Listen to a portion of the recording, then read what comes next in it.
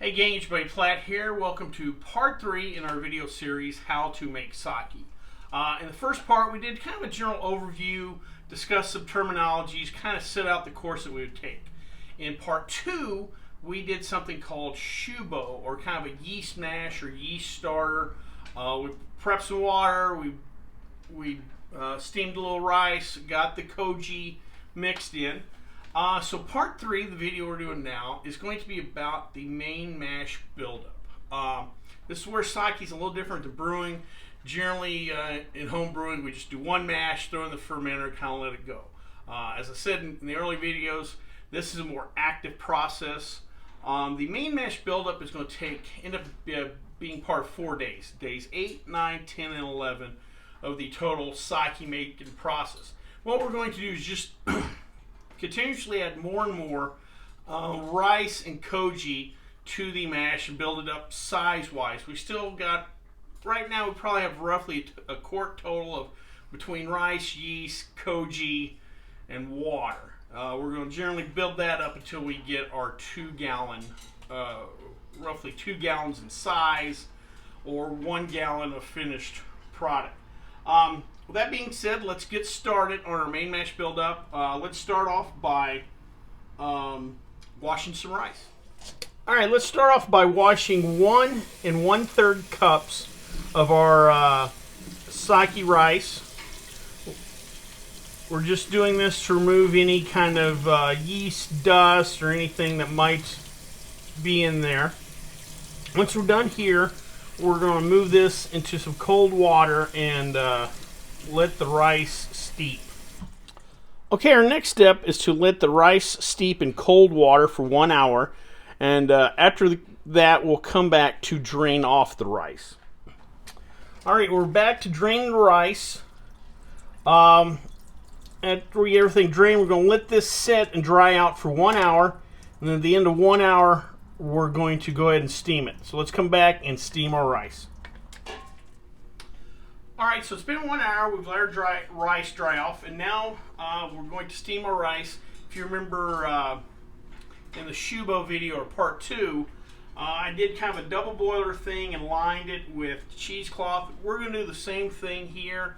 You probably noticed that the steps are fairly similar, and that's because it's basically the same procedure. We're just upping the amount of rice. So let me dump this in, and we're going to let this steam for 1 hour. Again, as I said in the last video, it's about steaming it. We're not going to boil this rice, so if you have a rice steamer, one of the bamboo steamers, perfect. We'll let this sit for 1 hour, and we'll come back to let it cool off. Okay, gang, so it's been 1 hour that we've steamed our rice, and it's time to cool her off now. What it suggests in the instructions is set this aside, maybe put some ice cubes underneath. I'm going to cheat a little bit, throw this in the refrigerator for a second, and we'll come back about 5-10 minutes, break up the rice, take a spoon, break up the rice, get even more of that heat out. We want to get this down to about 90 degrees or lower temperature-wise before we move on to the next step.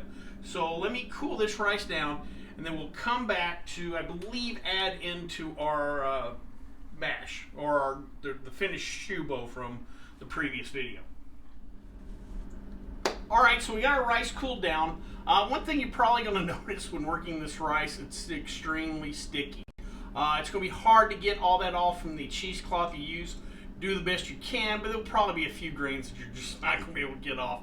But that's alright. We went ahead and added to our finished shubo, and we're going to come back and add that 3/4 of a cup of water that we threw in the fridge at the end of day 8.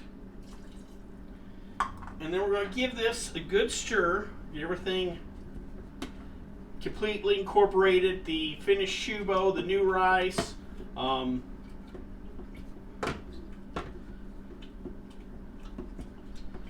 Get this stirred up. Now we're probably almost a third way up on our gallon container. We will come back, or I will come back tonight before I go to sleep, stir this one more time. We're continuing on doing the 2 stirrings a day, an AM and a PM. So when I come back tonight, they'll wrap up day 8. We'll come back next for day 9. Real quick, just want to show you that we've got active fermentation going on, a little bubbling action. Things seem to be headed in the right direction. So let's do another Koji edition. Alright, so it's day 9, and we're going to do another Koji edition. We're going to add 1 1/8 cup of our Koji in here.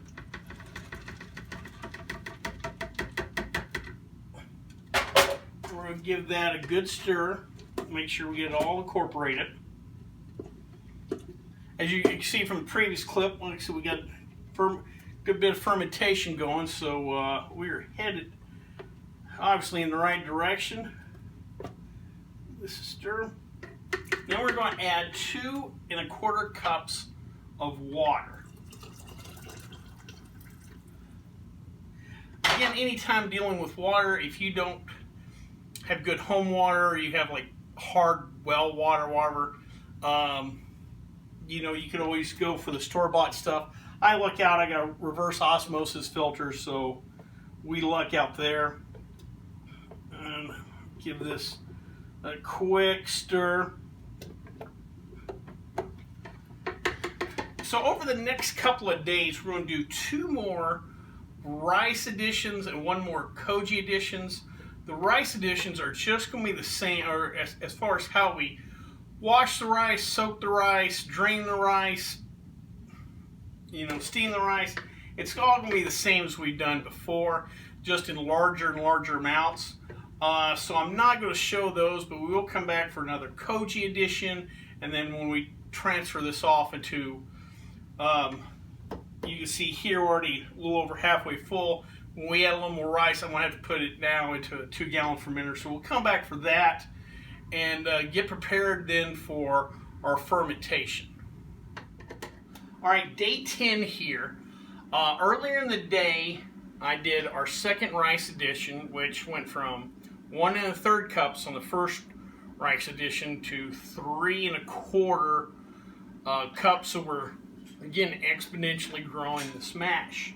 Because of that, I went ahead and moved into our 2-gallon fermenter. Actually, this is a little over 2 gallons, this Mr. Beer fermenter. But we moved into our larger container because we need the space. That happened earlier in day 10. Now we're at the end of day 10, and we're coming back to do our last Koji edition of this process. We did 2 Koji editions in the main mash, and then we use Koji also in the yeast mash. So we're adding here 1 1/3 cups of the Koji. That's pretty much the rest that's left in the package, so it kind of works out. We're going to add that in.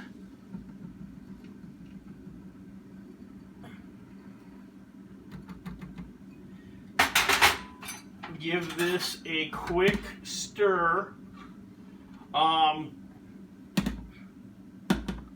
I can tell you when I opened this up, there was plenty of bubbling, plenty of activity going on. This is kind of a neat process to watch because there's physical material in there, warming the rice or whatever. Yeah, it just looks different than regular fermentation. Anyway, let me get this Koji thoroughly mixed in. And then next we're going to add 4 cups of water, or if you're in the 2 1-gallon containers, 2 cups of each.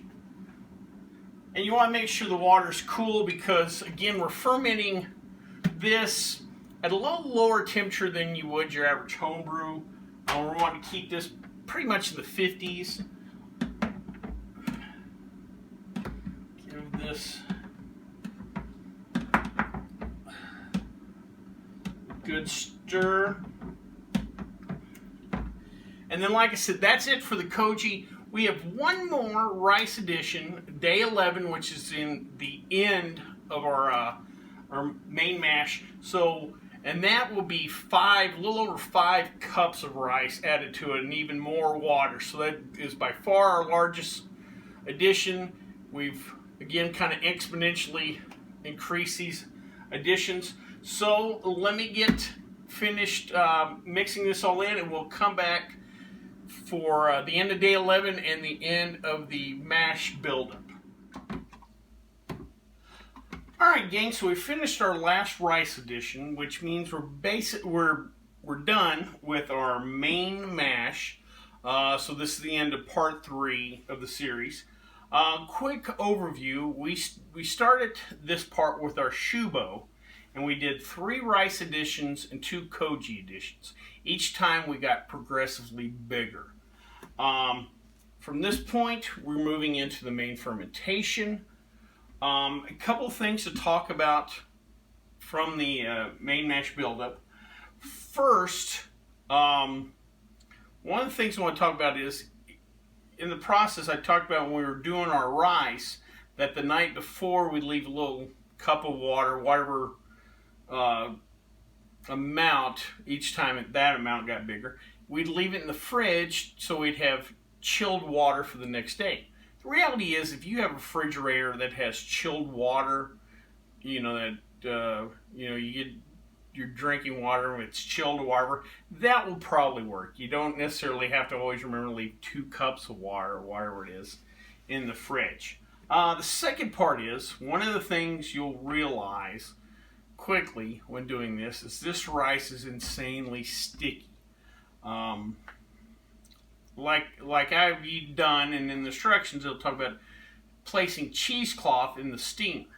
Well, one of the things you'll know is a lot of that rice sticks to that cheesecloth, and it's almost impossible to get off. So if you know of a method, if you're more of a culinary person, I'm not much of a chef, but if you know of a way, leave it in the comment below.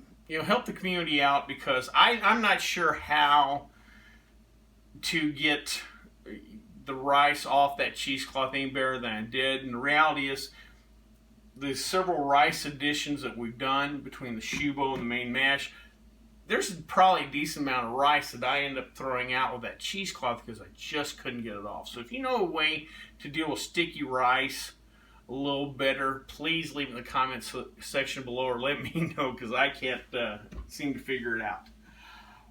Well, that being said, like I said, our next step is the main is now the main fermentation. In main fermentation, we'll kind of talk about again, this is an active process. Every day we'll have to do some stirring stuff. Also, we'll talk about how we plan, what our plan is with our sake, because we have some decisions ahead if we want an unfiltered, filtered sake, pasteurized, unpasteurized, what have you. And we'll get into that in the main fermentation part. Well, I hope you liked this video. If you did, please subscribe down below. Also, please like the video, because it lets YouTube know we're putting out good content. Any questions, comments, concerns, please leave them in the comment section, or you can always contact me on the Twitter page. Till next time, bottoms up.